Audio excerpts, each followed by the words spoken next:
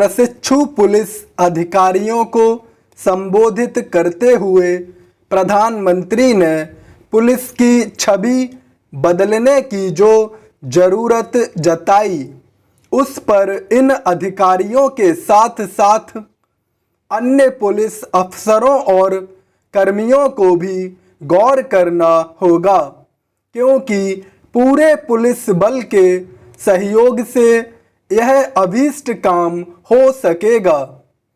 आज इससे कोई इनकार नहीं कर सकता कि इसकी सख्त ज़रूरत है कि भारतीय पुलिस अपनी नकारात्मक छवि से मुक्ति पाए।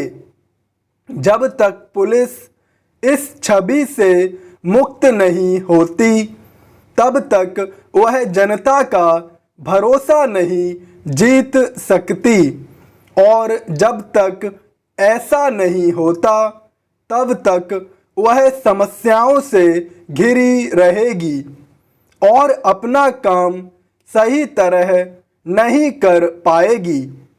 पुलिस किसी भी राज्य की हो, उसकी छवि जनहितैषी बल की नहीं है। आम आदमी अपनी समस्या शिकायत दर्ज कराने के लिए पुलिस के पास जाने से पहले 100 बार सोचता है, क्योंकि उसे यह आशंका रहती है कि उसकी बात सही तरीके से नहीं सुनी जाएगी और उसके साथ खराब व्यवहार हो सकता है। बात केवल आम आदमी के साथ पुलिस थानों में होने वाले व्यवहार की ही नहीं है, बात अन्य सार्वजनिक स्थलों पर पुलिस के आचरण की भी है और उसकी मानसिकता की भी।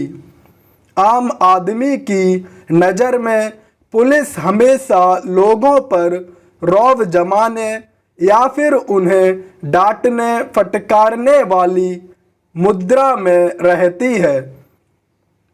पुलिस के स्तर पर भले ही बातें जनता की सेवा की होती हों, लेकिन सेवा भाव की जगह वर्दी की धौंस धमक ही अधिक नज़र आती है।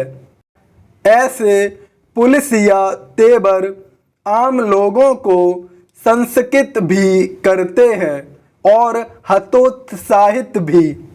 हालांकि पुलिस के तौर तरीकों में बदलाव की बातें एक लंबे अरसे से हो रही हैं, लेकिन स्थितियों में कोई उल्लेखनीय सुधार इसलिए नहीं आ पा रहा है क्योंकि वह उस ढांचे के तहत ही काम कर रही है जिसे अंग्रेजों ने कायम किया था।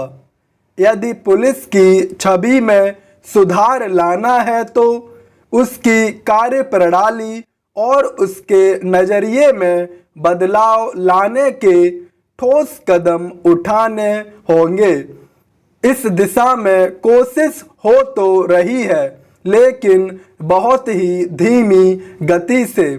आखिर यह एक तथ्य है कि 2006 के पुलिस सुधार संबंधी वे दिशा निर्देश अभी तक ढंग से लागू नहीं हो सके जो सुप्रीम कोर्ट की ओर से तय किए गए थे। एक समस्या यह भी है कि पुलिस पर काम का बोझ तो बढ़ता जा रहा है, लेकिन वह संसाधनों के अभाव से मुक्त नहीं हो पा रही है। निसंदेह पुलिस की छवि बदलने का काम पुलिस अधिकारियों को अपने हाथ में लेना होगा, लेकिन इसी के साथ नीति नियंताओं को भी यह समझना होगा कि पुलिस की कुछ समस्याओं का समाधान उनके स्तर पर ही हो सकता है।